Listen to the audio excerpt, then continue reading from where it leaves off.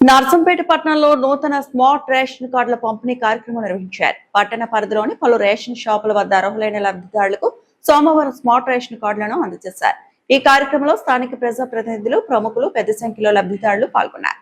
ఈ సందర్భంగా ration card లబ్ధిదారుడు నాడెం Ramakrishna మాట్లాడుతూ, స్మార్ట్ రేషన్ కార్డుల ద్వారా నిరుపేదలకు సరుకులు మరింత పారదర్శకంగా అందే అవకాశం ఉందని హర్షం వ్యక్తం చేశారు.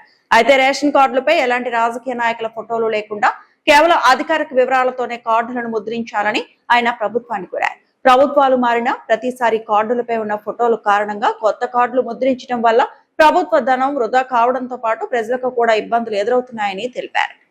అందరికీ నమస్కారం. నా పేరు నాడెం రామకృష్ణ.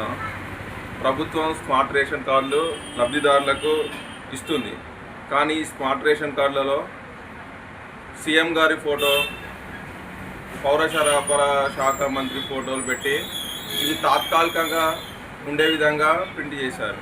ప్రభుత్వాలు మారినప్పుడు ఈ ఫోటోలు ఉండడం వల్ల మళ్ళీ ఆ ప్రభుత్వాలు వచ్చి వాళ్ళ ఫోటోలు పెట్టడం వల్ల ప్రజాధనం వృధా అవుతుంది. కావున ఈ ఫోటోలు లేకుండా లబ్ధిదారులకు ఇవ్వడం వలన ప్రజలకు ఉపయోగంగా ఉంటుందని నా అభిప్రాయం. దీనివల్ల ప్రయోజనం ఉంది. స్మార్ట్ రేషన్ కార్డులు ఖరాబ్ కాకుండా ఉంటాయి. కానీ వీళ్ళు ఫోటోలు పెట్టి తర్వాత ప్రభుత్వాలు మారడం, మళ్ళీ వాళ్ళ ఫోటోలు పెట్టి ప్రజాధనాన్ని ఇలా వృధా చేయొద్దని కోరుతున్నాను. మరిన్ని అప్డేట్స్ కోసం మా ఛానల్ని సబ్స్క్రైబ్ చేయండి.